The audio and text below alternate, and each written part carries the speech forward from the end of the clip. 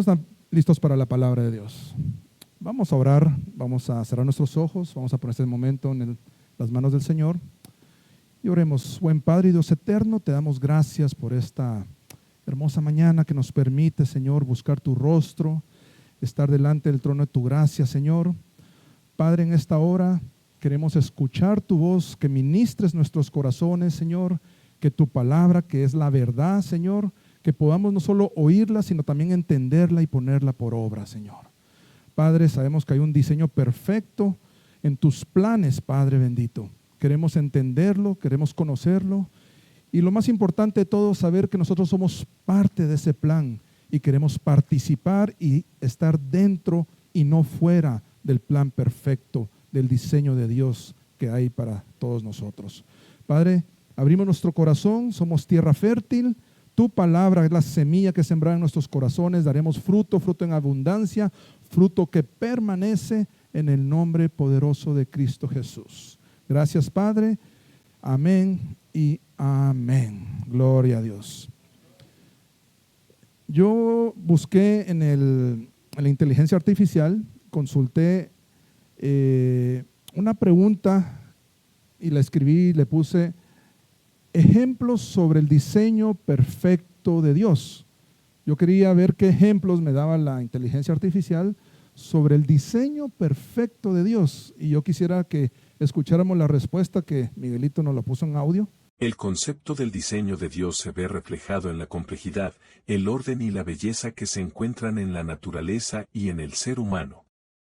Aunque la fe es el pilar para creer en este diseño, la ciencia y la observación de nuestro entorno nos ofrecen muchos ejemplos que lo ilustran. En el cuerpo humano. El cuerpo humano es una de las mayores evidencias de un diseño perfecto. Cada sistema, órgano y célula trabaja en una sinfonía asombrosa para mantenernos vivos y funcionales. El ojo, este órgano es un ejemplo de complejidad irreducible. Desde la córnea que enfoca la luz hasta la retina que la convierte en impulsos nerviosos y el cerebro que interpreta esas señales como imágenes, cada parte es vital. Si faltara una sola, la visión no sería posible.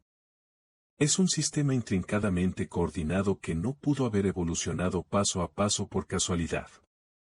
El ADN, la molécula del ADN funciona como un lenguaje o un código digital. Contiene las instrucciones precisas para construir y operar cada célula de nuestro cuerpo. Esta información, miles de millones de letras codificadas, es tan específica y compleja que muchos científicos la comparan con un programa de computadora. El sistema circulatorio, el corazón bombea sangre sin descanso a través de miles de kilómetros de venas, arterias y capilares. Este sistema de tuberías transporta oxígeno, nutrientes y hormonas a cada rincón del cuerpo, y al mismo tiempo recoge los desechos. Su eficiencia y durabilidad son extraordinarias. En la naturaleza. La naturaleza está llena de patrones matemáticos, geometría y simetría que nos revelan un orden subyacente que va más allá del azar. La secuencia de Fibonacci y la espiral dorada. Estos patrones matemáticos se encuentran en muchos elementos de la naturaleza. Los pétalos de una flor, la disposición de las semillas en un girasol, las ramas de los árboles, la forma de una concha de caracol e incluso la espiral de las galaxias, a menudo siguen esta proporción. Esta armonía visual y matemática sugiere un plan intencionado. El ciclo del agua, este ciclo, que incluye la evaporación, la condensación, la precipitación y la recolección, es un sistema cerrado que purifica y distribuye el agua, un elemento vital para la vida. Su funcionamiento continuo y perfecto permite que los ecosistemas de la Tierra prosperen. La fotosíntesis es el proceso fundamental que convierte la luz solar en energía para las plantas, liberando oxígeno como subproducto. Esta fábrica natural no solo sustenta la vida vegetal, sino que también produce el aire que respiramos. La eficiencia de este proceso es una de las maravillas más grandes de la biología. Estos son solo algunos ejemplos de las innumerables maravillas que se pueden observar en el mundo. La evidencia de un diseño perfecto no solo se encuentra en la complejidad, sino también en la interconexión y la sostenibilidad de los sistemas que nos rodean, apuntando a una mente maestra detrás de la creación. Muchas gracias, Miguelito. Apuntando a una mente maestra detrás de la creación. Todo está interconectado, todo el diseño de Dios lo podemos ver, la perfección del diseño de Dios lo podemos ver en la creación, en el ser humano. Me llamó la atención la vista, que realmente no es que veamos las imágenes, sino que son señales que van al cerebro y el cerebro es la que crea esas imágenes. Dios es perfecto y el diseño de Dios es perfecto. ¿Cuánto lo creen? Yo para empezar quería dejar en nuestros corazones la certeza que el diseño de Dios es perfecto. Y si el diseño de Dios es perfecto, ¿estamos de acuerdo que el plan de Dios es perfecto? Amén. El diseño de Dios es perfecto, el plan de Dios es perfecto y dentro del plan de Dios, ¿qué encontramos? Su voluntad. ¿Y dónde encontramos su voluntad? En la palabra de Dios. Entonces, quiero dejar claro, perdone que lo repita, pero el diseño de Dios es perfecto. El plan de Dios es perfecto. Su voluntad es indiscutible. Y en su palabra encontramos su voluntad para nosotros estar dentro de ese plan, de ese diseño perfecto que Dios tiene para cada uno de nosotros. Ahora, ahí hablaba algo sobre la fe. Y eso estamos hablando de inteligencia artificial. No sé si ustedes se sintió como que estaba hablando como un robot, ¿verdad? La forma como hablaba. Y ahí claramente habla que muestra que es algo que debe haber un ser supremo atrás de todo esto. Y mencionaba la palabra fe al principio, no sé si usted se dio cuenta, que dijo que había que tener fe. Y sabemos nosotros los hijos de Dios que sin fe no podemos agradar a Dios. Y la fe sin obras es muerta. Y la fe es parte importante de nosotros los hijos de Dios. Ahora, pensemos en la palabra de Dios, pensemos en las personas, pensemos en Noé. Noé confió en el Señor. Él confió en el plan perfecto, en el diseño perfecto de Dios. Dios le dijo, haz un arca, pero nunca llovió. Es que va a llover. ¿Y qué significa llover? Caer agua del cielo, pero nunca en la vida había caído agua del cielo. ¿Pero qué hizo él? Confió en el plan, en el diseño perfecto de Dios. Moisés, alguien que no tenía ese carácter, le dice, Dios, ve y habla con Faraón, ve y liberta a mi pueblo. ¿Cuál fue la actitud al final? Porque él dijo un montón mencionó muchas cosas como quien dice que no, tengo temor, no estoy preparado, no soy yo, quizás te confundiste, ve a otra persona, pero al final dijo, si tú vas conmigo, si tengo tu respaldo, él creía en el diseño perfecto de Dios. Y vemos muchas personas, podemos mencionar a David con Goliat, yo no vengo en mi nombre, vengo en el nombre de Jehová de los ejércitos. ¿Qué está dando a entender? Que Jehová de los ejércitos tiene un diseño perfecto y yo confío en Dios. Yo camino confiando en Dios, aunque mi mente, aunque yo como persona, como humano, no puedo ver las cosas así como que no creo que pueda vencer un filisteo de, creo que eran no sé cuántos pies, 3 metros y medio, 3 metros de altura. Humanamente a veces lo vemos imposible, pero para Dios no hay nada imposible. Entonces yo quiero dejar en nuestro corazón para empezar es que el diseño de Dios es perfecto. Y debemos de tener fe para creerle a Dios. Y cuando sabemos que el diseño es perfecto, nosotros vemos la voluntad de Dios en su palabra. Y nosotros leemos la palabra, aprendemos la palabra, pero muchas veces hay cosas que no funcionan. ¿Cuántos han logrado hacer todo lo que dice la palabra que usted ha aprendido? Muchas veces leemos, entendemos, ok, la palabra me dice que tengo que hacer esto. Y luchamos. Es la verdad. Y eso es lo que yo quiero que veamos en esta mañana, que podamos analizarlo en esta mañana. Pero eso no quita que hay un diseño de Dios perfecto. Amén. Entonces, el diseño de Dios perfecto, hay un plan perfecto, su voluntad y la palabra de Dios. Yo voy a leer unos versículos y por favor, abra sus oídos espirituales. Yo quiero avanzar porque traigo bastante material.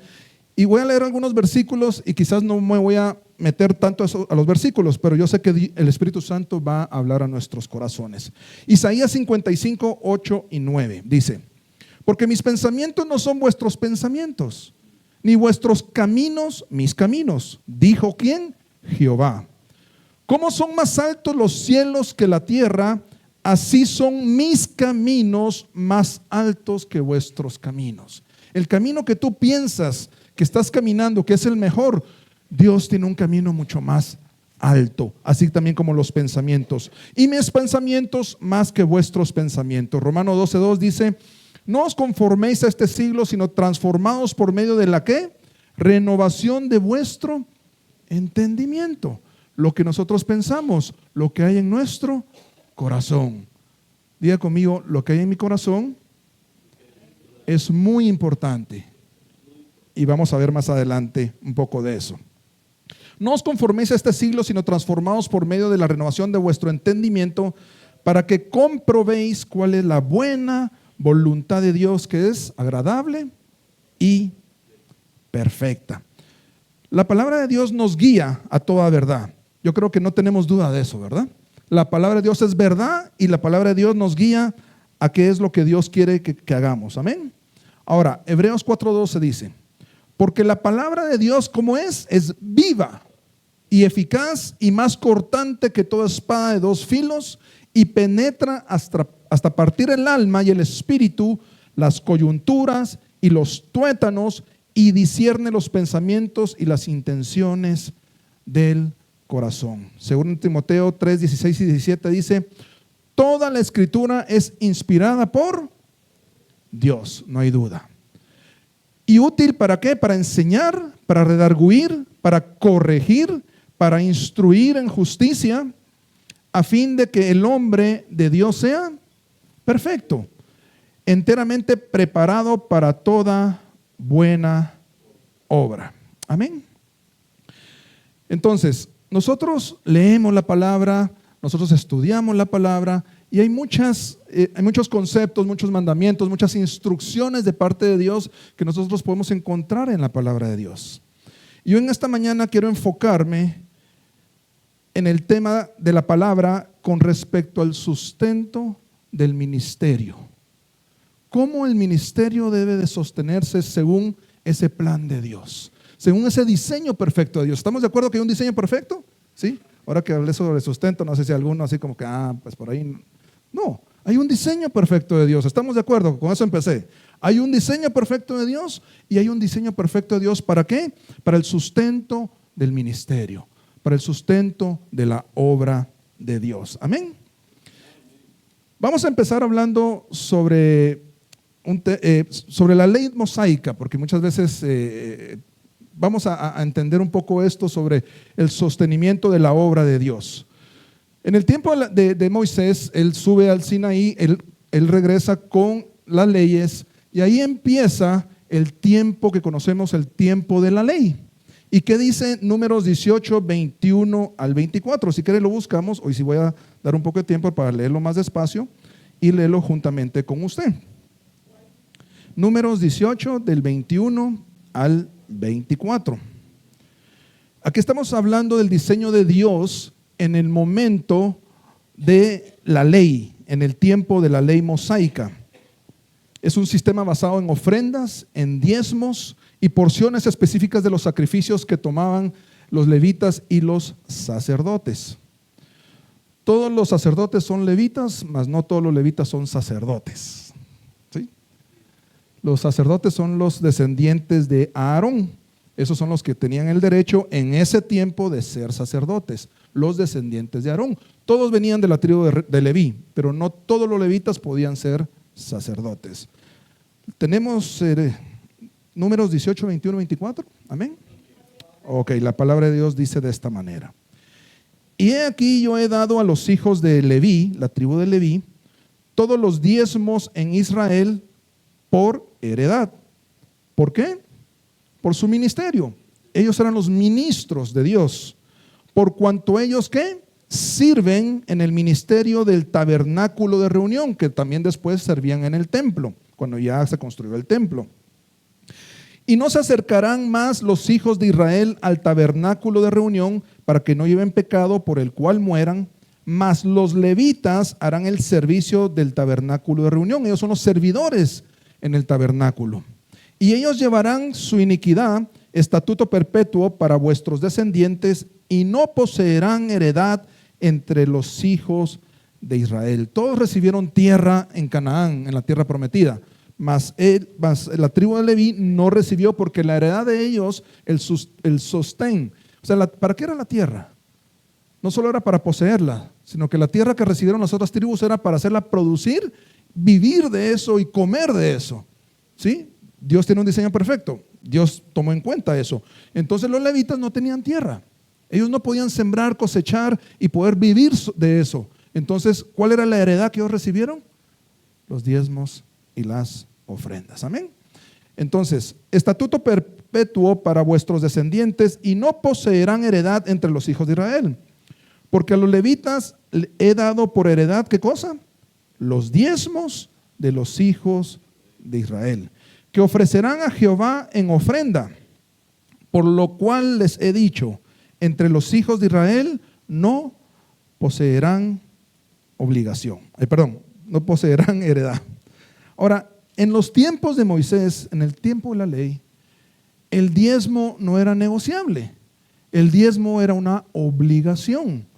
¿Sí? Por eso es que en Malaquías 3:10, malditos sois con maldición. ¿Por qué? Porque me has robado. ¿Y en qué te hemos robado, Señor? En vuestros diezmos y en vuestras ofrendas. ¿En qué te hemos robado? O sea, ¿a quién le pertenecía eso? Era algo obligatorio, era algo tributario, era algo que no podíamos escoger. Y hay algo importante que yo quiero que veamos, esto del diezmo. ¿Cuántos creen que Dios es fiel? Y el diseño de Dios, dentro del diseño de Dios, vemos su fidelidad. Amén. Yo quiero que veamos con estos ojos esta parte del Levítico. ¿Cuál era el propósito de Dios con todo esto? ¿Era castigarlos? ¿No? ¿Qué era? Era bendecir y proveer a todo, hacer un sistema. Por eso hablé sobre un diseño. Dios crea diseños en nuestro cuerpo, en la naturaleza. Escuchamos el oxígeno, el agua. Pues Dios hace diseños para que las cosas funcionen. ¿Y funcionen cómo? Funcionen bien. Es que a veces lo que arruinamos las cosas somos nosotros, que no hacemos las cosas conforme a la palabra. Si hiciéramos las cosas conforme a la palabra, créanme que todo sería como un reloj suizo. Dice que no, que es exacto, ¿no? Entonces yo quiero que veamos y pensemos por un momento, ok, Dios estableció el diezmo para los levitas, para que ellos vivieran de eso, no tenían tierra, pero veamos el corazón de Dios. El plan de Dios era que todos tuvieran provisión, que todos fueran bendecidos y no hubiera necesidad, sino que se cubriera todas las necesidades de cada uno de ellos. Amén. Entonces, ellos estaban en un tiempo en donde los diezmos era una ley. Los diezmos era obligatorio, ¿sí? Vamos a estudiar un poco sobre los diezmos. Quiero mencionar, porque yo quiero que veamos el corazón de Dios, que es lo que me interesa en este momento. La intención de Dios era que el pueblo pudiera valorar el servicio a Dios. Los otros trabajaban en la tierra, pero los levitas, que en el tiempo que no estaban en el templo, sino que ellos tenían que moverse, ellos eran los encargados de empacar y desempacar. Ellos tenían que cuidar todo lo que había no en el templo, sino que en el tabernáculo. Esa palabra se me había ido por un momento, el tabernáculo. Ellos tenían que estar pendientes del tabernáculo, eran los asistentes de los sacerdotes. Ellos hacían muchas cosas. Yo cuando leía eso me acordé que yo estuve en una iglesia antes donde los servicios se hacían en un hotel. Y todos los domingos a las 4 de la mañana había un equipo de sonido que cargaban el pick-up, los camiones, los carros, llevaban e instalaban, y a las 7 en punto tenía que estar eso nítido para el primer servicio. Y había otro servicio a las 11, y de ahí a la 1 que terminaba el segundo servicio, a empacar todo y a volverlo a guardar a las oficinas de la iglesia. Y era un trabajo bastante arduo, no era un trabajo sencillo. Y yo me pongo a pensar cuando el tabernáculo se movía, la nube se movía, la columna de fuego, empaquen, vámonos. Y quizás los mismos israelitas decían, empacar otra vez, pero se imaginan a los levitas. O sea, no solo era de echarlo ahí y vámonos, no. Los utensilios del templo, ¿verdad? Del tabernáculo, o sea, no son cualquier cosa. Entonces, ellos tenían un trabajo. Entonces, Dios lo que quería transmitir no solo era su fidelidad, sino que el servicio a Dios es valioso. ¿Cuántos creen que es valioso? Amén. Y ellos eran merecidos de ser sostenidos por la comunidad. Ahora, hay 3 tipos de diezmos que se daban en la ley. Yo no sé, yo antes creía que solo había uno, pero son 3 tipos de diezmos. El primer diezmo es el diezmo para los levitas y los sacerdotes, el diezmo levítico. Podemos poner que traigo aquí un cuadro para ayudarnos un poquito. Son 3 tipos de diezmos. El primero es el diezmo para los levitas, que era anual, se daba una vez al año, todos los diezmos. El segundo diezmo es el diezmo de las fiestas, para las fiestas como la Pascua, que era una vez al año. Y el tercer diezmo era para los pobres, huérfanos, viudas y extranjeros, el cual ese diezmo se daba cada 3 años. Y yo me puse a pensar, ok, hay un diezmo de los levitas, un diezmo de las fiestas, o sea, diezmo es el 10%, 10 más 10, 20, y de ahí cada 3 años había otro diezmo que se llamaba para los pobres. Decía yo, ¿será que es un 30% el que debemos de diezmar? Y están, o sea, no nosotros, sino que en ese tiempo los hijos de los israelitas.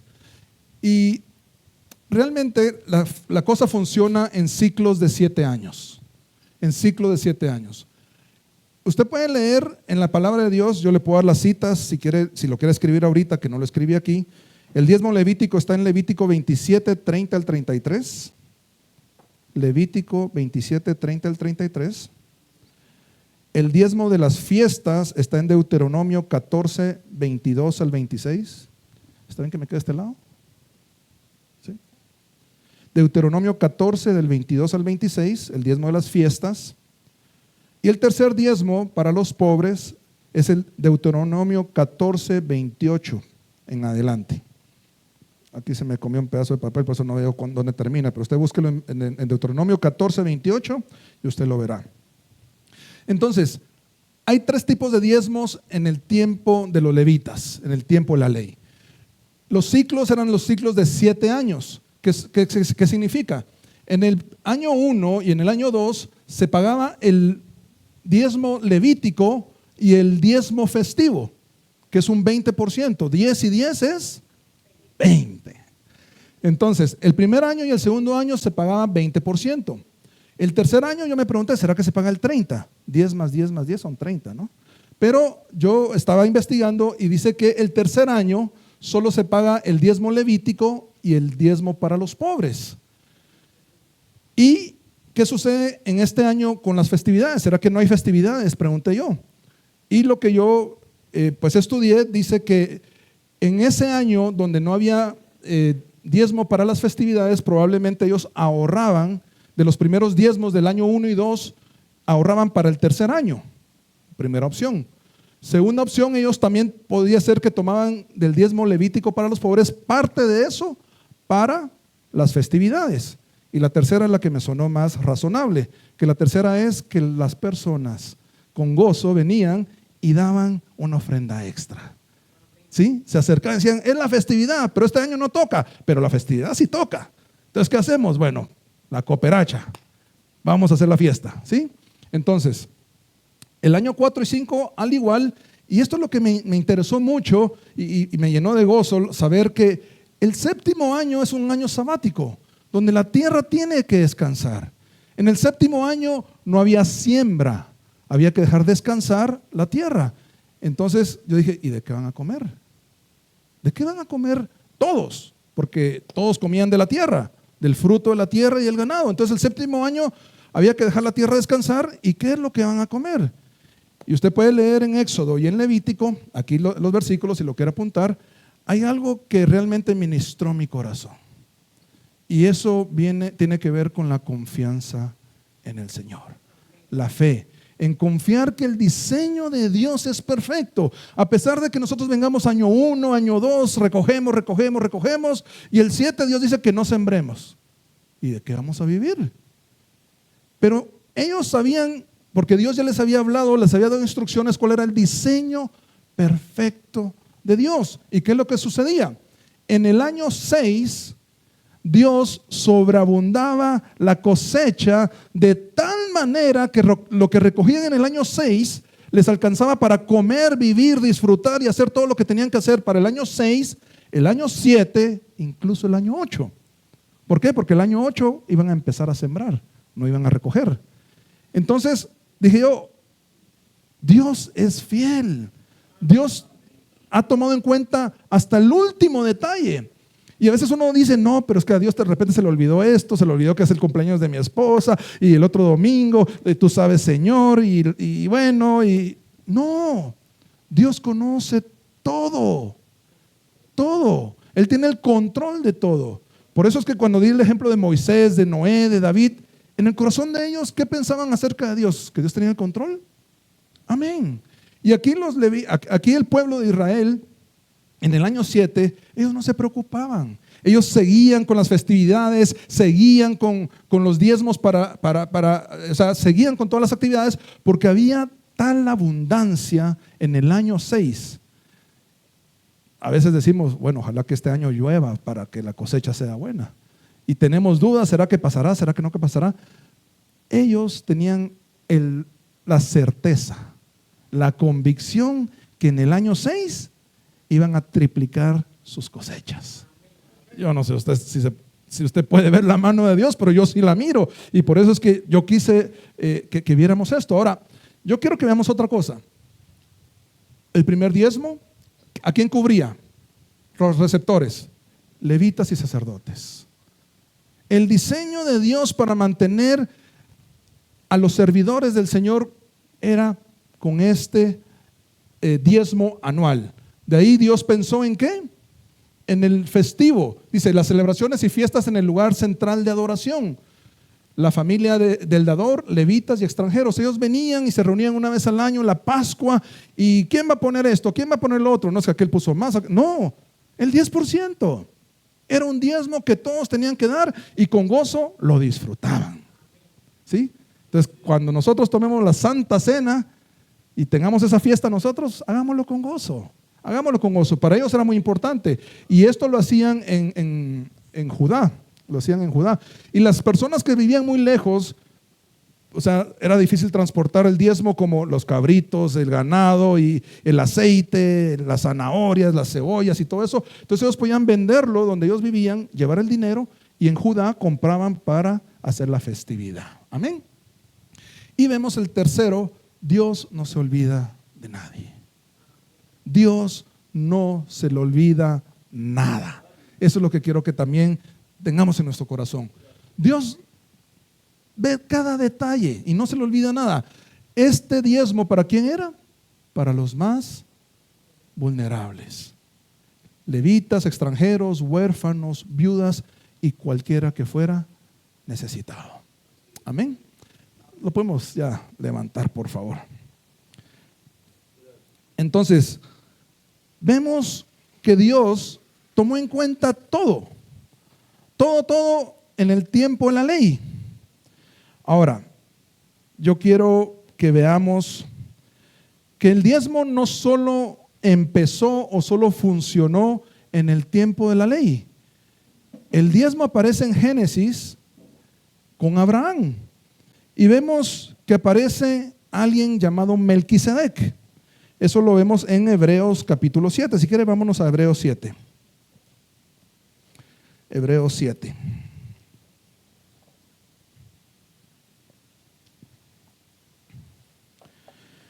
El diezmo no aparece únicamente en el tiempo de la ley, sino que el diezmo aparece antes de la ley. La ley empezó ¿con quién? Con Moisés, cuando bajó del Sinaí, y ahí empezó el tema, ahí empezó la ley y se estableció el diezmo como una obligación, como un tributo no negociable, obligatorio. Pero ¿qué sucedió antes? Porque la palabra diezmo aparece y en Hebreos 7 dice la palabra de esta manera: porque este Melquisedec, rey de Salem, que significa rey de paz, y oiga bien esta parte, sacerdote del Dios Altísimo. Melquisedec era un sacerdote del Dios Altísimo, que salió a recibir a Abraham, que volvía de la derrota de los reyes. ¿Y qué hizo Melquisedec? Lo bendijo. Es importante, cuando estoy haciendo esas pausas es porque más adelante quiero explicar algo. A quien asimismo dio Abraham los diezmos de todo el botín, cuyo nombre significa primeramente Rey de Justicia. Este Melquisedec, su nombre es Rey de Justicia, ¿sí? Y también Rey de Salem, esto es Rey de Paz. Sin padre, sin madre, sin genealogía, que ni tiene principio de días ni fin de vida, sino hecho semejante ¿a quién? Al Hijo de Dios, semejante dice. No dice que es el Hijo de Dios. Hecho semejante, tipo de Jesucristo. Permanece ¿qué? Sacerdote para Génesis, no. Para antes de la ley, no. Para siempre. Melquisedec, la orden de Melquisedec es un sacerdocio eterno. Y lo podemos leer más adelante que lo repite. Y también el rey David, en el Salmo 110, si no estoy mal, habla sobre Jesucristo, que es el sumo sacerdote de la orden de Melquisedec. Y dice que este es un sacerdocio eterno. No tiene principio ni fin.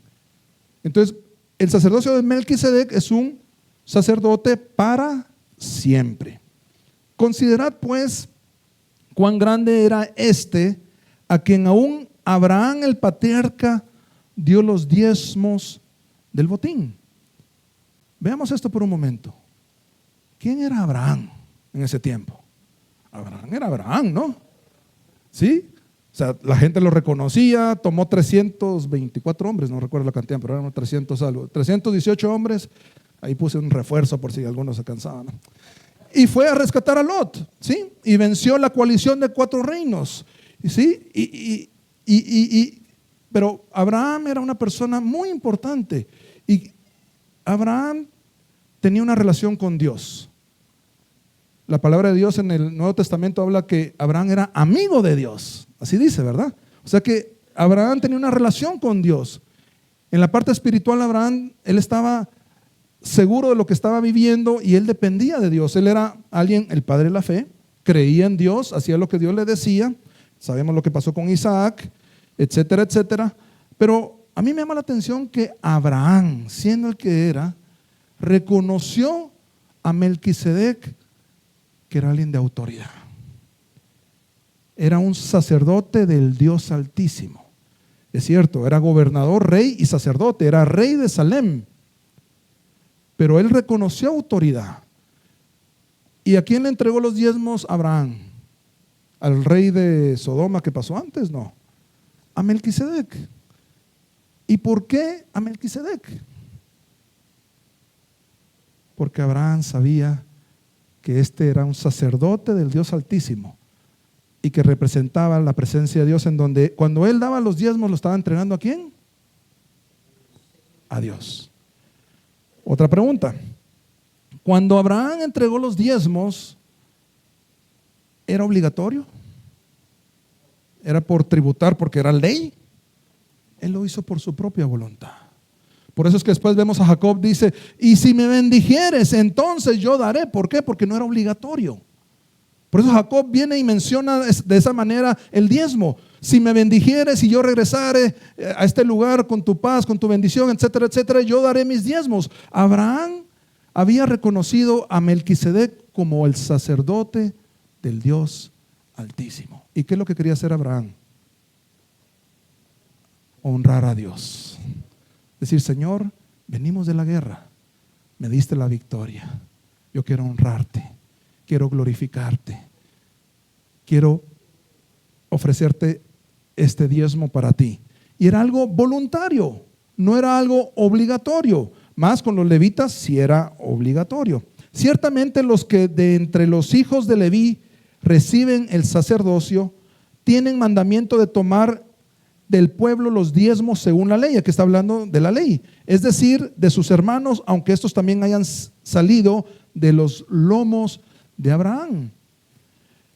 Pero aquel cuya genealogía no es contada de entre ellos, tomó de Abraham los diezmos y bendijo al que tenía las promesas. Melquisedec hizo 2 cosas cuando vio a Abraham. Número 1, le dio pan y le dio vino. Y número 2, lo bendijo. Eso lo podemos ver en Génesis. Creo que es capítulo 14. Génesis capítulo 14, lo puede buscar usted después. Cuando él se encuentra con Melquisedec, lo primero que hace Melquisedec es darle pan y después le da vino y después lo bendijo. Cuando alguien regresa de la guerra, ¿cómo creen que regresa esa persona? Sediento, ¿no? Quizás con hambre. Yo no sé si la guerra tardó 8 horas, 24 horas, 36 horas. Cualquier soldado que viene de la guerra viene con sed y viene con hambre. Melquisedec le dio una provisión, sació su hambre, le dio de beber un refresco, ¿sí? Y no solo eso, sino que también le dio una bendición. Recordemos eso por un momento. Melquisedec, como sumo sacerdote, vino y le dio a Abraham pan, vino, provisión, refresco, ¿sí? Fortaleza, y lo bendijo. Tenemos clara esa parte. Entonces, el 6, pero aquel cuya genealogía no es contada de entre ellos, tomó de Abraham los diezmos y bendijo al que tenía las promesas, o sea, a Abraham. Y sin discusión alguna, el menor es bendecido por el mayor. Abraham reconocía que Melquisedec era mayor, era un sacerdote del Dios Altísimo. Y aquí ciertamente reciben los diezmos hombres mortales, pero allí uno de quien se da testimonio de que vive, y por decirlo así, en Abraham pagó el diezmo también Leví, que recibe los diezmos, porque aún estaba en los lomos de su padre cuando Melquisedec le salió al encuentro. No me voy a meter a esa parte, pero sigamos. Si pues la perfección fuera por el sacerdocio levítico, porque el sacerdocio levítico no era perfecto, porque bajo él recibió el pueblo la ley. ¿Qué necesidad habría aún de que se levantase otro sacerdote según el orden de Melquisedec y que no fuese llamado según el orden de quién? De Aarón, porque en el tiempo de la ley todos los sacerdotes eran descendientes de Aarón, mas Melquisedec no. Era un orden diferente, un orden superior, llamado directamente por el Dios Altísimo. Amén. Oiga bien esto. Porque cambiado el sacerdocio, necesario es que haya también cambio de. ¿Qué sucedió cuando Cristo Jesús murió? Yo vengo a traer un nuevo pacto, dijo Jesús. La ley se queda atrás y viene un nuevo pacto. Cuando hay cambio de ley, hay cambio de sacerdote. Entonces, los sacerdotes descendientes de Aarón en el tiempo de la gracia dejaron de ser sacerdotes. Y hoy en día, ¿quién es el sacerdote? El sumo sacerdote del Dios Altísimo. Y Jesucristo es sacerdote de la orden de, el cual recibió los diezmos antes de la ley. Oiga bien eso. Melquisedec recibió los diezmos antes de la ley. Y ahora después de la ley, lo vamos a ver de esta manera. Génesis, Melquisedec recibiendo a Abraham, el tiempo de la ley. La cruz, Jesucristo en el tiempo de la gracia. En medio el diezmo era obligación, era ley, ¿sí o no? ¿En este tiempo era obligación? No, era por voluntad. Pero el sacerdocio de Melquisedec, el cual Abraham diezmó, ahora vemos en la gracia, es el mismo sacerdocio de Melquisedec, el que se mantiene, con un sumo sacerdote que es Cristo Jesús. Entonces, el diezmo es del Nuevo Testamento, usted respóndalo. La diferencia es que aquí es voluntario. Aquí era voluntario, aquí en medio era obligación. Pero hoy en día, el sacerdocio de Melquisedec sigue en vigencia. Sí, ¿por qué? Porque es un sacerdocio eterno. ¿Y el sumo sacerdote quién es? Cristo Jesús nuestro Señor. Ahora regresemos. ¿Cuál es el diseño de Dios para la manutención? El diseño perfecto de Dios para la manutención del ministerio. Dos elementos que yo quisiera que consideráramos. Número 1. ¿Cuáles eran las razones por las cuales fueron recogidos los diezmos las razones por el cual fue recogido el diezmo en el tiempo de los levíticos, en el tiempo de la ley, y las razones por las cuales los diezmos o las ofrendas de amor son recogidas hoy en día, ¿es para lo mismo? Pregunto yo. Si es cierto que hay iglesias que han hecho cosas que no deben, malversar los fondos o enriquecerse. Yo he conocido muchas personas que me han dicho que no, yo no quiero saber nada de la iglesia, porque en la iglesia que estuve lo que querían era mi dinero, y hay muchas experiencias negativas, pero no podemos generalizar. Y nosotros podemos dar fe de la iglesia que pertenecemos. Y nosotros sabemos qué está pasando en el ministerio que nosotros pertenecemos. Y es en el ministerio que usted pertenece, es un ministerio que realmente está caminando bajo la palabra de Dios, y estamos cumpliendo la palabra de Dios y estamos bajo el diseño de Dios. Hermano, usted sabe la respuesta. No tengo que repetirlo. Entonces, si realmente las razones por las cuales los diezmos fueron recogidos en la ley son las mismas razones por el cual se está recogiendo hoy en día, ¿para qué se utilizan los diezmos en esta congregación? Pregunto. Ustedes lo saben. Recuérdense los 3 diezmos, ¿verdad? Necesitados, extranjeros. Y recordemos lo que dice la pastora cuando se para acá. ¿Qué dice ella?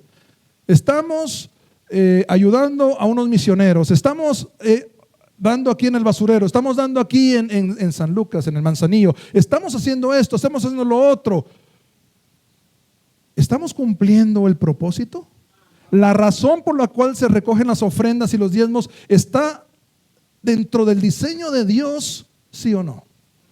Ustedes se pueden dar la respuesta. Ustedes tienen ojos para ver, oídos para oír y una mente llena de sabiduría para usted poder ver en dónde estamos nosotros parados o sentados. Amén. Entonces, y la segunda razón es: reconocemos que delante de nosotros, si usted y yo reconocemos que delante de nosotros hay un sacerdote, un ministro de Dios, un hombre de Dios, que ¿qué hizo Melquisedec con Abraham? Ahora regreso a esa parte. ¿Qué le dio Melquisedec a Abraham? Pan, vino y bendición. ¿Y qué fue lo que sucedió después de que Melquisedec le dio pan, vino y bendición? Entregó los diezmos del botín. Amén. Si usted reconoce que usted tiene un sacerdote, un ministro de Dios, el cual le está dando sustento, le está dando pan, le está dando vino, es alguien que está ahí 24 horas, bueno, no debería ser 24 horas porque tiene que dormir, ¿no? Quito eso, por favor. Horas hábiles, apunten. Aunque yo estoy seguro que al pastor le entran llamadas a las 10 de la noche. Yo estoy seguro, la pastora es testigo, me imagino. O sea, no, me imagino no, ella es testigo. Pero usted tiene un ministro de Dios que le da la cobertura, que usted reconoce que es un sacerdote del Dios Altísimo, que habla la palabra, que tiene un corazón. De la abundancia del corazón habla la boca. Uno rápidamente se da cuenta que hay en el corazón de las personas. Yo me acuerdo que yo estuve en una iglesia anterior en donde los líderes, la familia de los pastores, se acercaban a mí y me decían: mira, hay necesidad de evangelizar. Amén, evangelicemos. Yo me acuerdo que hacíamos unas actividades evangelísticas y alcanzábamos familias. Y me decía: pero necesito algo. ¿Qué cosa? Le dije yo: que por favor filtrar. ¿Qué cosa? Almas son almas. Y me decía: no, yo lo que necesito, lo que necesitamos en esta iglesia es que invites familias con un nivel socioeconómico diferente, para que traigan bonitas ofrendas y diezmos. De la abundancia del corazón habla la boca. Y en el corazón de esa persona yo me quedé tan triste realmente después de escuchar eso. Y es una realidad, o sea, no me lo estoy inventando, no es un ejemplo que escuché, a mí me pasó, yo lo viví, yo lo escuché y yo, bueno, no le demos más largo al asunto. Pero ¿qué hay en el corazón del ministro que Dios tiene en esta congregación enfrente de nosotros? ¿Hemos recibido pan, sustento? ¿Hemos recibido vino? ¿Hemos recibido bendición? ¿Qué tenemos que hacer nosotros? Dentro del diseño de Dios. Dentro del diseño de Dios. No sé cuántos están fuera del diseño de Dios y de repente el Señor le está diciendo: oye, métete al diseño de Dios. No seamos como los que decía con lo del diezmo, Malaquías. Me han robado con los diezmos y las ofrendas. Malditos sois con maldición. Hermano, y hoy en día si yo no diezmo, ¿hay maldición? No, no hay maldición. No hay maldición. Es importante decirlo. Si alguien viene, se para en un púlpito y quiere manipularlo y decirle, aquí dice que malditos sois con maldición si no diezmas. No. El diezmo es voluntario, como en el tiempo de Melquisedec, al principio con Abraham, como el tiempo de la gracia, únicamente era maldición en el tiempo de la ley. En el tiempo de la ley. Ahora, ¿qué es lo que trae el diezmo y la ofrenda? Que usted y yo nos metamos dentro del diseño de Dios. ¿Cuántos queremos estar dentro del diseño de Dios? Yo creo que el hermano Rodi habló, perdón que no puede estar, pero habló sobre esto también y habló sobre las ofrendas, la generosidad. Y la generosidad es parte del plan de Dios. Y el único que sale perdiendo si no entramos en el plan de Dios, ¿quién es?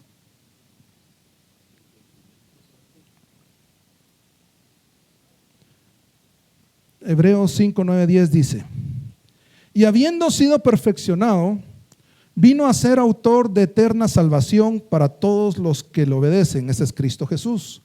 Y fue declarado por Dios sumo sacerdote. Aquí está hablando de Jesús.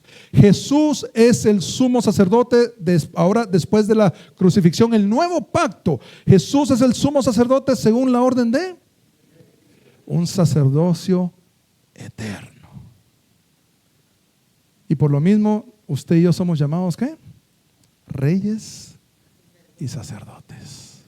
¿Por qué? Porque estamos bajo la orden de Melquisedec, que él era rey de Salem y era sacerdote del Dios Altísimo. Amén.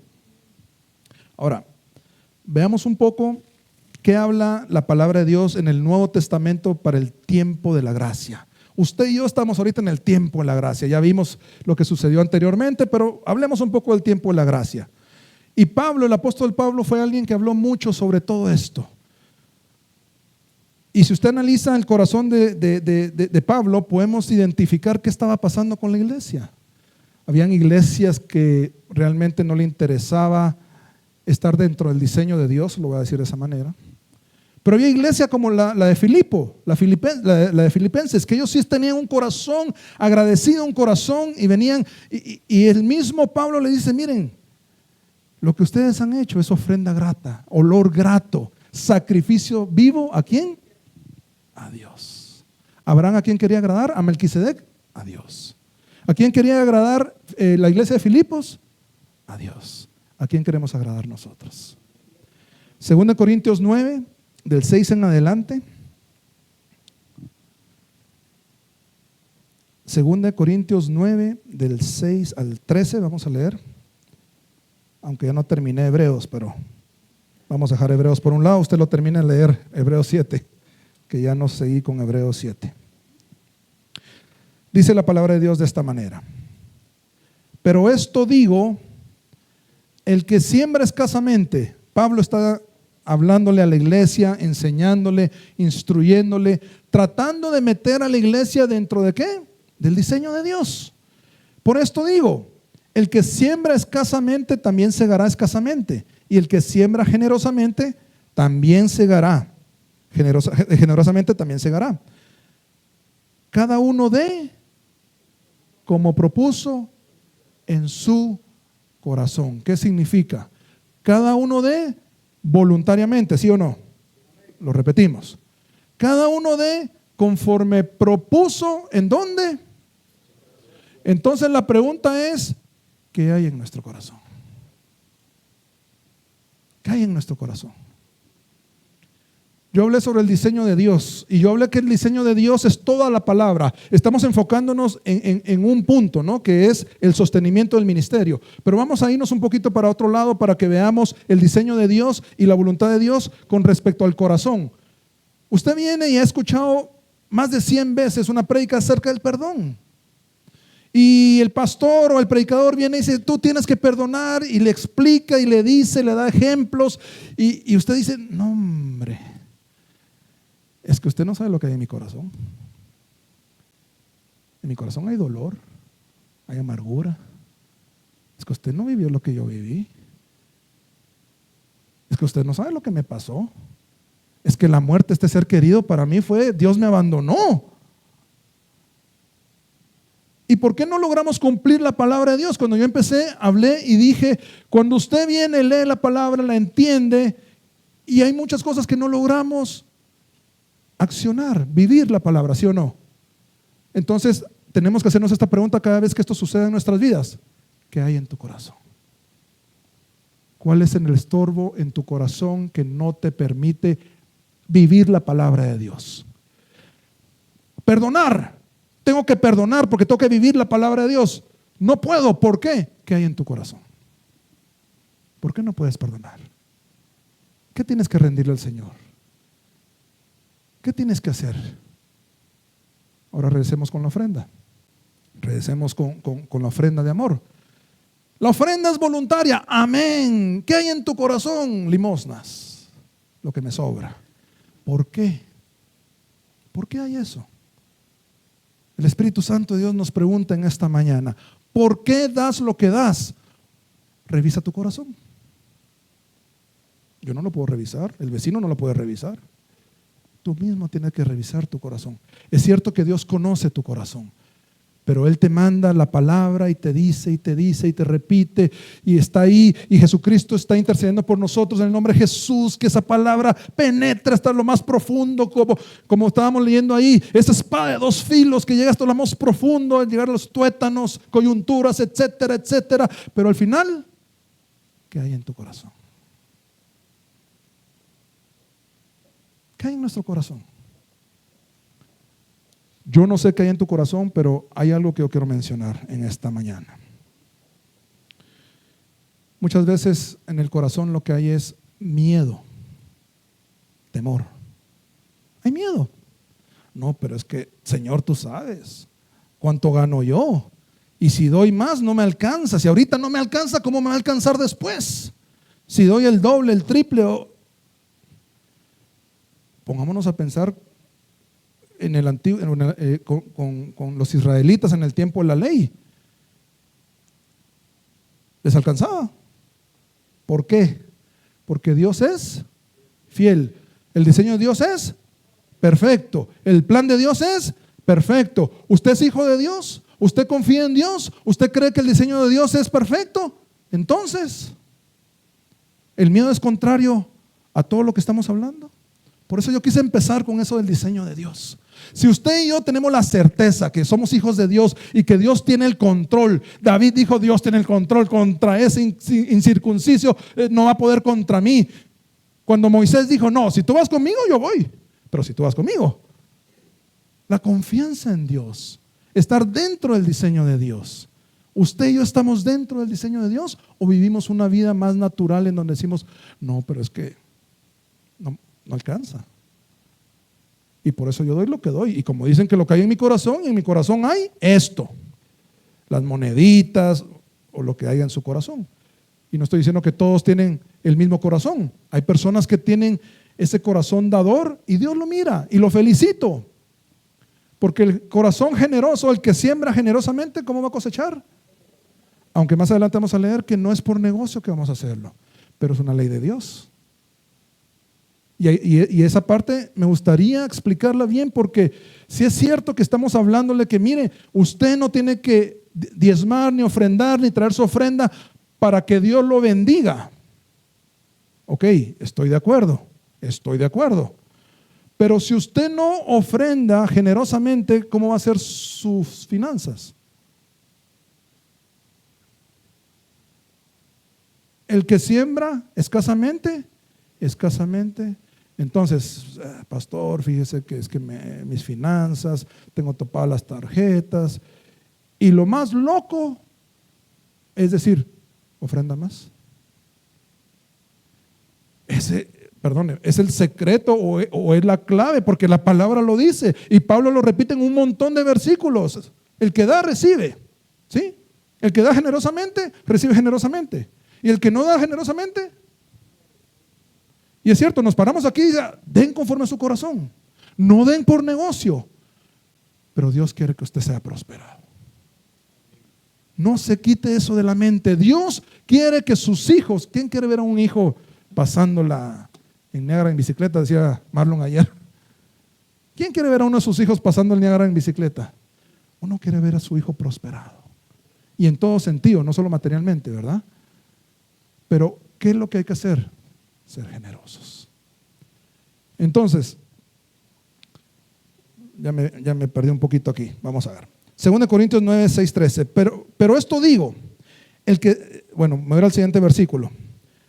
Cada uno dé como propuso en su corazón. Entonces, usted y yo debemos de preparar nuestro corazón.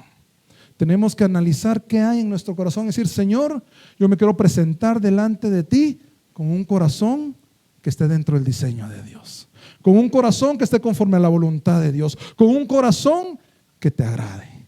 Lo que le dijo Pablo a Filipos, olor fragante, sacrificio acepto. Amén.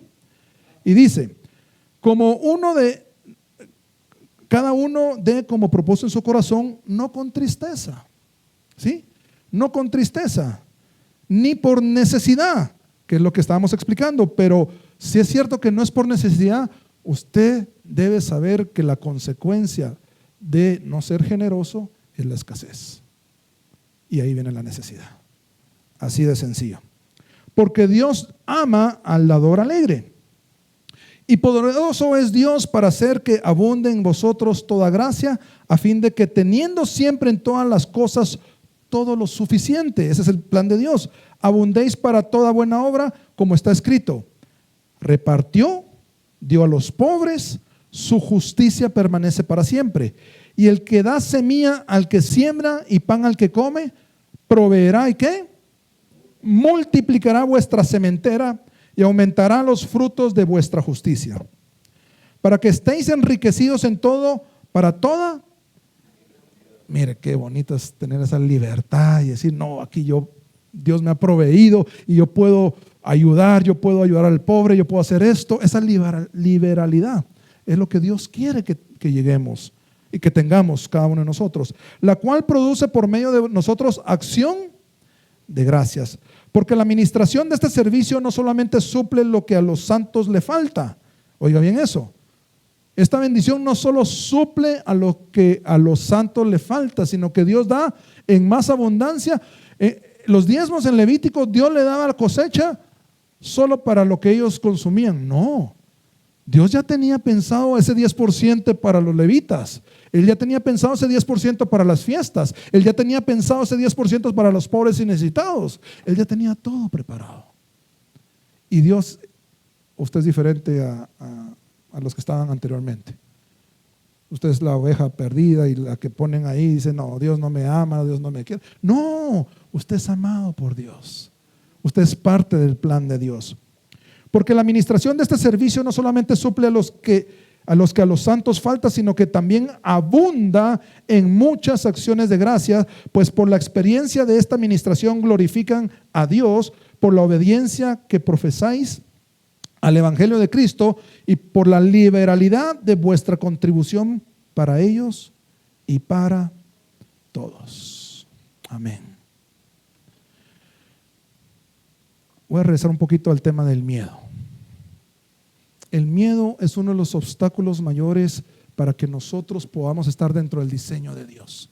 El miedo. Usted sabe que la palabra no temas o no tengas miedo aparece 365 veces en la Biblia. Yo no sé, 365 veces. ¿Cuántos días tiene el año? O sea que podríamos decir que Dios nos está diciendo todos los días, día a día, no temas, no temas, no temas. Pero esto, pero lo otro, Señor, no temas. No temas, confía en el Señor, confía en el Señor, la fe en el Señor, 365 veces. La generosidad, Solo quiero hacer un comparativo antes de entrar a la generosidad. Estábamos hablando sobre la ley, que no estamos bajo la ley. ¿Y qué si yo vengo y le digo, sí estamos bajo la ley? ¿Qué me dirían ustedes? No, ¿verdad? Pero déjeme decirle que si estamos bajo la ley de los hombres. ¿Cuántos de nosotros tenemos vehículo y cada año pagamos nuestros impuestos? ¿Ah? ¿Quién de ustedes tiene, quién de ustedes sabiendo que tiene que pagar sus impuestos no lo paga? Estamos bajo esa ley, ¿o no? Estamos bajo la ley de los hombres, ¿no? Como nación, como guatemaltecos, nosotros estamos bajo esa ley. Y yo pregunto, quizás esa pregunta es un poco tonta quizás, pero ¿quiénes pagan sus impuestos con alegría, con gozo? ¿Pero lo pagamos o no lo pagamos? Pero qué triste sería que tuviéramos que vivir bajo la ley para cumplirle a Dios. O sea, le cumplimos al César. ¿Estamos cumpliendo al César, sí o no? Y si usted no lo ha hecho, mire si no tiene misas y por favor póngase al día, porque si no, también hay consecuencias. Recuerde que si no daban el diezmo era una maldición. Y déjeme decirle que si usted no paga sus impuestos también tiene sus consecuencias. Y hoy en día hasta creo que hay prisión por eso, ¿no? Entonces, pero ahí ni por voluntad propia, ni el corazón, la tristeza, ahí no vale nada. Pero ¿estamos tributando o no estamos tributando? ¿Sí? Y es parte. Y es parte de un diseño, no de Dios pues, pero es parte de un diseño en donde en donde los recursos se utilizan para las carreteras, para las escuelas, para los estudios, para la infraestructura, etcétera, etcétera, etcétera. Ahora que no suceda, pues es otra cosa. Pero el diseño está. Pero el diseño sí está. Supuestamente es, usted solo hago así. No hay nada más que hablar. Pero el diseño está. Y nosotros lo hacemos. ¿No cree que sería triste tener que regresar a los tiempos de antes y que sea una obligación para que el diseño funcione? Pero Dios no quiere eso. Dios no quiere eso. Dios quiere corazones agradecidos, corazones que digan, yo quiero estar dentro del diseño de Dios. ¿Cuántos quieren estar dentro del diseño de Dios? Y en todo, no solo en el sostenimiento del ministerio, sino que en todo, en el nombre de Jesús podamos alcanzar esas metas que nos propongamos. Hoy en día no es una obligación, hoy en día es por generosidad.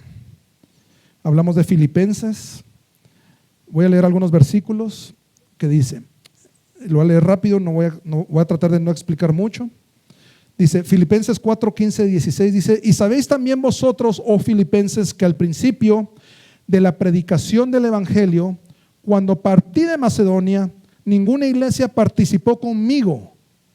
Ninguna iglesia participó conmigo en razón de dar y recibir, sino vosotros, los filipenses. Pues aún a Tesalónica me enviasteis una y otra vez para mis necesidades. Filipenses 4:18. Pero todo lo he recibido, dice Pablo, y tengo en abundancia, estoy lleno, habiendo recibido de Epafrodito lo que enviasteis, olor grato, sacrificio acepto, agradable a Dios. Así son nuestras ofrendas, cuando usted viene con un corazón dispuesto para el Señor. Mi Dios pues suplirá todo lo que os falta conforme a sus riquezas en gloria en Cristo Jesús. Proverbios 11:25. El alma generosa será y el alma tacaña será. Bueno. Y el que saciare, él también será. Al que acapara el grano, el pueblo lo maldecirá. Pero bendición será sobre la cabeza del que lo vende. El que procura el bien buscará favor, mas al que busca el mal, éste le vendrá. El que confía en sus riquezas caerá, mas los justos reverdecerán como ramas. El que turba su casa heredará viento, y el necio será siervo del sabio de corazón. El fruto del justo es árbol de vida, y el que gana almas es sabio. Ciertamente el justo será recompensado en la tierra, cuanto más el impío y el pecador. Lucas 6:38 dice: Dad y se os dará, medida buena, apretada, remecida y rebosando darán en vuestro regazo, porque con la misma medida que tú medís, os volverán a medir. Pablo, en su ministerio, en su corazón era que todos estuvieran dentro del diseño de Dios. Lastimosamente, vemos iglesias en donde era complicado que ellos aprendieran la palabra generosidad. Vemos que era complicado que muchas iglesias ofrendaran de todo corazón y entendieran estar dentro del diseño perfecto de Dios. ¿Qué hizo Pablo? A mí me entristece esto que leí yo, pero Pablo prefirió trabajar para no ser carga a las iglesias. Y Pablo era también experto en construir tiendas. ¿Pero a qué fue llamado Pablo? ¿A qué fue llamado Pablo? En lo que él estaba construyendo tiendas, ¿cuántas almas se podían haber convertido? ¿Cuántos discípulos podía haber formado? ¿Cuántas personas podían ser bendecidos? ¿A cuántas personas podía venir y darle pan, vino y bendición? Pero él, ¿qué estaba haciendo? Construyendo tiendas. No permitamos eso, hermanos. Si este ministerio fue llamado por el Señor, usted y yo tenemos nuestra parte aquí. Si usted es miembro de esta iglesia y usted es parte de esta iglesia, usted está dentro del diseño de Dios en esta iglesia para proveer para este ministerio, para que este ministerio funcione como tal y haga las cosas que tiene que hacer. Y que no pase penas como Pablo y diga, no, es que el resultado del año, y mira, eso me entristeció mucho. No sé, me imagino que no todos lo sabían, pero el resultado del año negativo. Y yo pregunté en esa reunión, y entonces, o sea, negativo, ¿y de dónde salió entonces? Porque sí se gastó, pero negativo, entonces, ¿de dónde salió? Del salario de los pastores. O sea, que recibe el salario y ahí regresa porque no alcanza. Pablo no quería hacer carga. Y el corazón de un siervo de Dios, yo estoy seguro que no quiere ser carga para nadie. Y yo lo digo no para acusar, ni para juzgar, ni nada, sino que yo lo que le estoy hablando es la palabra. Por eso yo dije, usted decide si el diezmo es de hoy, de ayer, de mañana, de siempre. Usted decida. Usted tiene la suficiente capacidad para leer, entender la palabra y saber qué es lo que Dios le está hablando. Todos tenemos aquí la capacidad de saber qué es lo que Dios nos está hablando en nuestro corazón. Ahora, que queramos recibirlo o no, es nuestra decisión. Por eso, hermano, revisemos nuestro corazón. En nuestro corazón hay muchos estorbos que no permiten que la palabra entre y que vivamos la palabra. Revisemos nuestro corazón. Es que con mi pareja, es que con mis hijos, es que con mis hermanos. ¿Qué hay en su corazón que no puede lograr hacer usted con la palabra? ¿Qué hay en nuestro corazón? Pero regresando, Pablo felicitó a la iglesia de Filipos. Y el anhelo de nuestro corazón es que Dios felicite a todos los ministerios que hay en Guatemala. ¿Cuántos quisieran eso? Que Dios se alegre y se goce y le diga a todas las iglesias, a todos los ministros, mira, han hecho un buen trabajo, están dentro del diseño de Dios. No hay quejas, no hay carga, porque las cosas fluyen. Y déjeme decirle que cuando digo fluye es porque Dios permite que fluyan las cosas. Pablo habla sobre el derecho de ser sostenido por la iglesia, hablando de los ministros.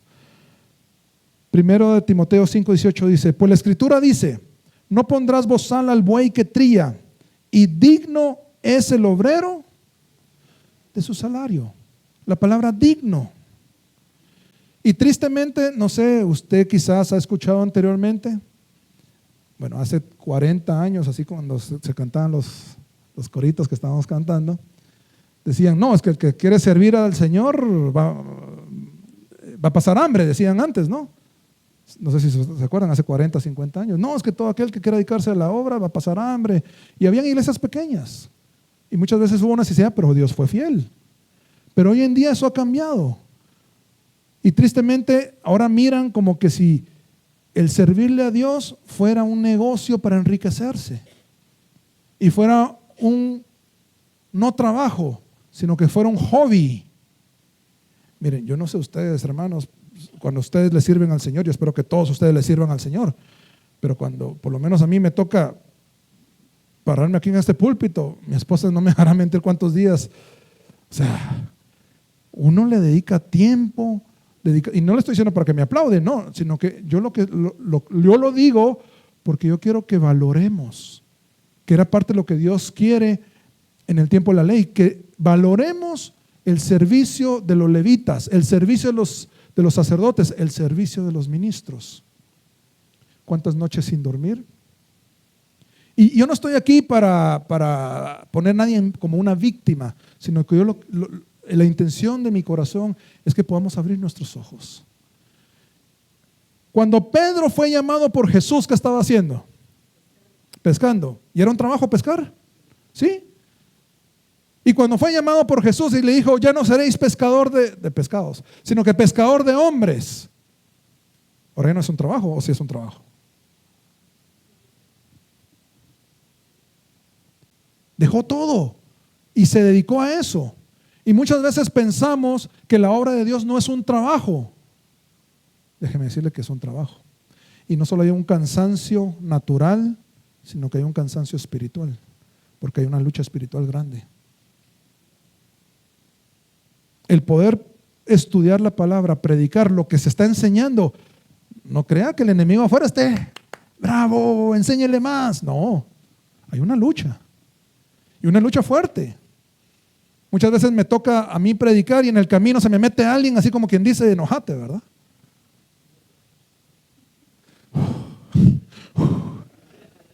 Mi esposa ora por mí. El enemigo no está contento. Y hay un trabajo arduo. Miren, yo la verdad predico una vez al mes. Yo me pongo a pensar, el pastor, él enseña los martes, a veces enseña los domingos, enseña y a veces lo invitan a predicar y todo el día está en el teléfono. ¿A cuántos de ustedes el pastor le ha contestado la primera vez? Y la razón por la cual no le contesta la primera vez es porque tenía otras llamadas en consejería. ¿Sí o no? Yo no sé usted, pero yo cuando escucho hablar a una persona, quejarse, ya en los primeros 10 minutos ya estoy así como que me duele la cabeza, pues. Así como que pausa un comercial por lo menos, ¿da? Y de ahí regreso a escuchar. Pero el pastor tiene una capacidad que Dios le ha dado, el amor, el corazón. Y es un trabajo. No pierda de vista esto. Es un trabajo, no es un hobby. Es un trabajo arduo y delicado. En el trabajo nos podemos equivocar, ¿sí o no? Pero equivocarse delante del Señor cuando uno está hablando, yo tengo temor. Y por eso si tengo que estudiarlo 10 veces, lo estudio 10 veces. Y si tengo que estudiar más, pues estudio más. Y me aseguro, y si no estoy seguro, llamo al pastor. Pastor, mire, si es esto, sí, seguro, ¿verdad? Bueno, entonces ya me paro aquí y lo digo. Y aún así a veces nos equivocamos, pero hay una responsabilidad tan grande, un compromiso de parte de los siervos de Dios para poder ministrar y pastorear a las ovejas. 1 Corintios 9, ya voy a ir aterrizando el avión. Perdón. 1 Corintios 9 dice, ¿no soy apóstol? ¿No soy libre? ¿No he visto a Jesús el Señor nuestro? ¿No sois vosotros mi obra en el Señor? O sea, hablando de los discípulos, a las iglesias que Él formó, que Él apoyó, que Él sembró, que Él construyó. O sea, dice Pablo, ¿no sois vosotros mi obra en el Señor? Si para otros no soy apóstol, pero para vosotros ciertamente lo soy. Si para otros el pastor no es pastor, pero para nosotros es nuestro pastor. Amén. ¿Estamos de acuerdo? Para vosotros ciertamente lo soy, porque el sello de mi apostolado sois vosotros en el Señor. El fruto que hay en cada uno de nosotros. Contra los que me acusan, esta es mi defensa. ¿Acaso no tenemos derecho de comer y beber? Y le voy a agregar, de una forma digna. De una forma digna, como se merece un sacerdote, un siervo de Dios. ¿Acaso no tengo derecho de comer y beber? ¿No tenemos derecho a traer con nosotros una hermana por mujer, como también los otros apóstoles y los hermanos del Señor y Cefas? No es que la familia es muy grande, es que no tenemos derecho, dice. Y solo yo y Bernabé no tenemos derecho de no trabajar. ¿Quién fue jamás soldado y a sus propias expensas? ¿Quién se alistó en el ejército y él mismo se autofinanció todo para ir a la guerra? Preséntenmelo, por favor. Alguien así necesito yo que me ayude. No existe, no existe. ¿Quién fue jamás soldado a sus propias expensas? ¿Quién planta viña y no come de su fruto? ¿O quién apacienta el rebaño y no toma de la leche del rebaño? Esta es palabra de Dios, no me lo estoy inventando. Subráyelo, escríbalo, haga algo. Verso 8. Digo esto solo como hombre. ¿No dice esto también la ley? Porque en la ley de Moisés está escrito: no pondrás bozal al buey que tría. ¿Tiene Dios cuidado de los bueyes? Dios tiene cuidado de todo. ¿O lo dice enteramente por nosotros? Pues por nosotros se escribió, porque con esperanza debe arar el que ara, y el que trilla con esperanza de recibir del fruto.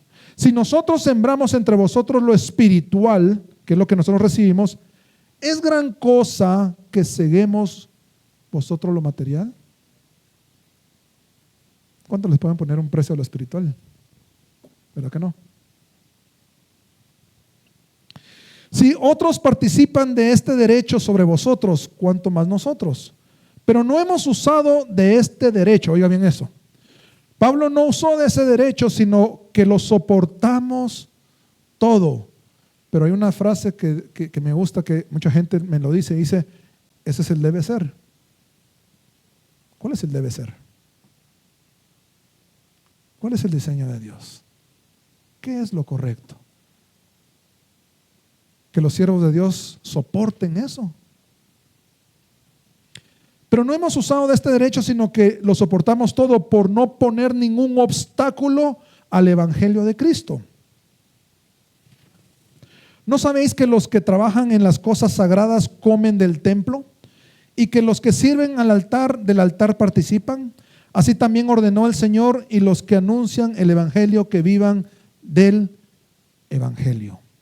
Pero yo de nada de esto me he aprovechado, ni tampoco he escrito esto para que se haga así conmigo, porque prefiero morir antes que nadie desvanezca esta mi gloria.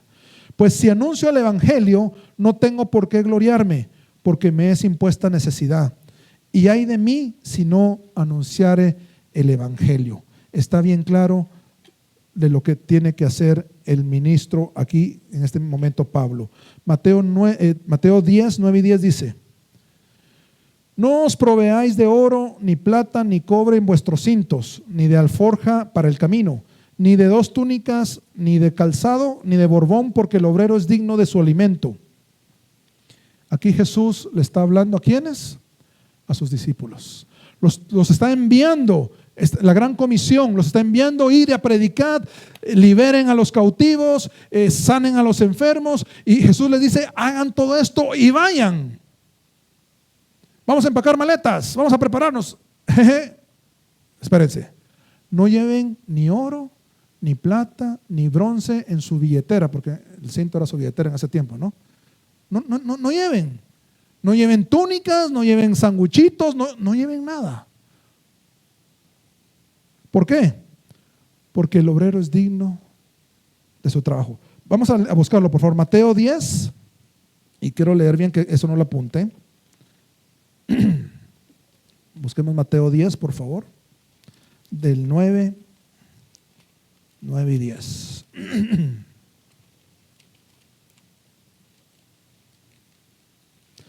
Mateo 10, 9 y 10. Vamos a leer desde el 5. A estos 12 envió Jesús y les dio instrucciones diciendo: por camino de gentiles no vayáis, y en ciudad de samaritanos no entréis, sino id antes a las ovejas perdidas de la casa de Israel. Y yendo, predicad, diciendo: el reino de los cielos se ha acercado. ¿Qué tienen que hacer? Sanad enfermos, limpiad leprosos, resucitad muertos, echad fuera demonios. De gracia recibisteis, dad de gracia. Verso 9. No os proveáis de oro, ni plata, ni cobre en nuestra billetera, en nuestras bolsas, ni de alforja para el camino, ni de 2 túnicas, ni de calzado, ni de bordón, porque el obrero es digno de su alimento. En otras palabras, caminen en fe, confíen en mí. Ustedes van a ir y allá van a recibir alimento. Allá van a recibir donde dormir. Allá van a tener un lugar donde haya aire acondicionado. Allá van a tener un lugar donde los vayan a tratar bien. Eso fue lo que Jesús les dijo. Jesús conoce el diseño perfecto de Dios para sus siervos. Y dice, voy a seguir leyendo el 11. Mas en cualquier ciudad o aldea donde entréis, informaos quién en ella sea digno y posad, oiga bien eso, sea digno, ¿sí?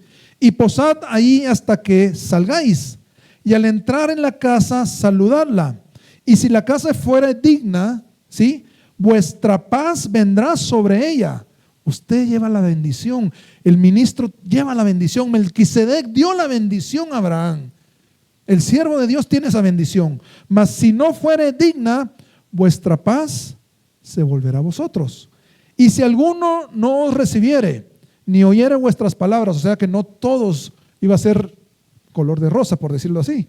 No todo iba a ser perfecto. Y si alguno no os recibiere, ni oyere vuestras palabras, salid de aquella casa o ciudad y sacudid el polvo de vuestros pies. De cierto os digo que en el día del juicio será más tolerable el castigo para la tierra de Sodoma y de Gomorra que para aquella ciudad. Palabras duras al final.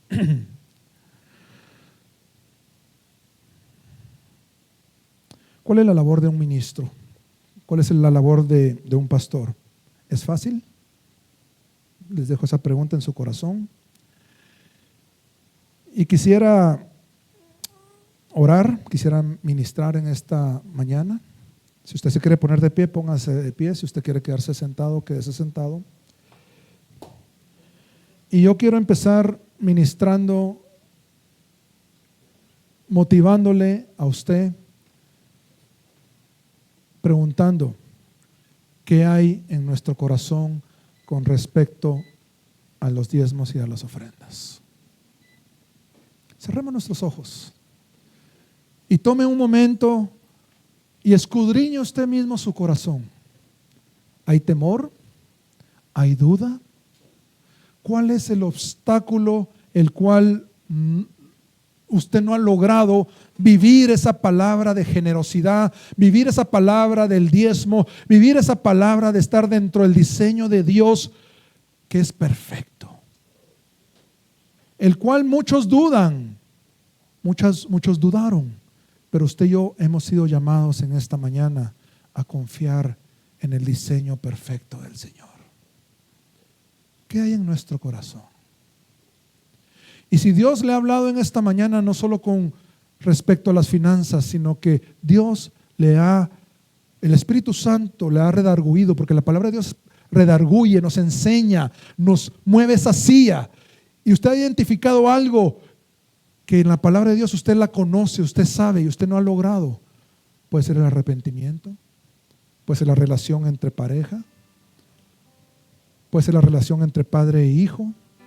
Yo no sé, pero el Espíritu Santo sí sabe y usted lo sabe. Yo Yo quiero que tomemos este tiempo y usted escudriñe su corazón. Señor, te pido que alumbres mi corazón, que enciendas esa luz de tu palabra en mi corazón y que me permitas identificar qué es lo que está estorbando para que yo pueda vivir tu palabra. Señor, permíteme abrir mis ojos y poder observar dentro de mi corazón, examinar mi corazón y entender por qué esos pleitos, por qué esos problemas, por qué yo no he podido hacer tu palabra en esta área. Señor, por qué yo no he podido venir con gozo, por qué yo no he podido ser generoso. Señor, ayúdame. Espíritu Santo de Dios, muéstrame en esta tarde. Yo rindo mi vida a ti, Señor. Mi vida te pertenece. Yo me hago a un lado, ese yo lo hago a un lado en esta mañana. Yo me rindo totalmente a ti, Señor, y te pido, Señor, escudriña mi corazón. Ayúdame a ver lo que hay en mi corazón y ayúdame a quitar todo aquello que no te agrada, todo aquello que ha estado estorbando tu palabra en mi vida. Señor, yo lo entrego a ti en esta mañana. Haga usted esa oración con el Señor. Háblele usted al Señor y entréguele las áreas que tenga que entregarle. Si usted se tiene que poner a cuentas con el Señor, póngase a cuentas. Si usted tiene que rendirle algo al Señor, ríndaselo en esta mañana. Pero yo le invito a que no se vaya de este lugar sin que usted pueda vivir esa palabra con liberalidad, con gozo, con paz, dentro de la presencia del Señor. Señor, yo quiero estar dentro del diseño tuyo. No quiero estar fuera, no quiero estar con un pie afuera, un pie adentro. Señor, yo quiero estar dentro del diseño de Dios.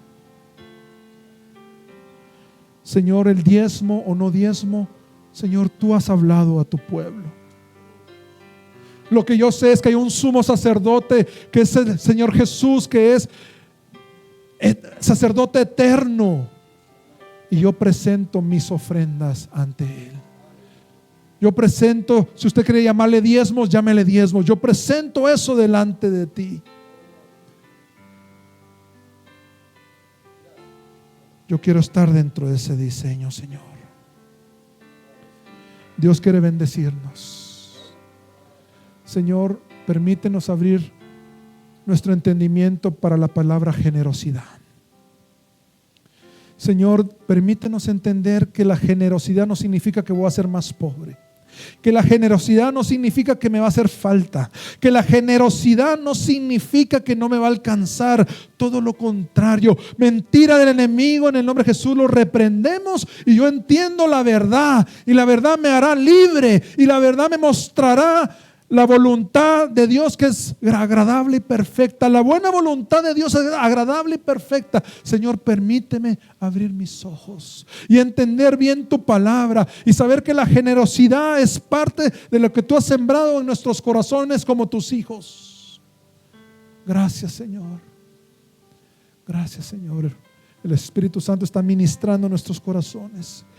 Y yo estoy seguro que hay personas que Dios está ministrando otras áreas en este momento.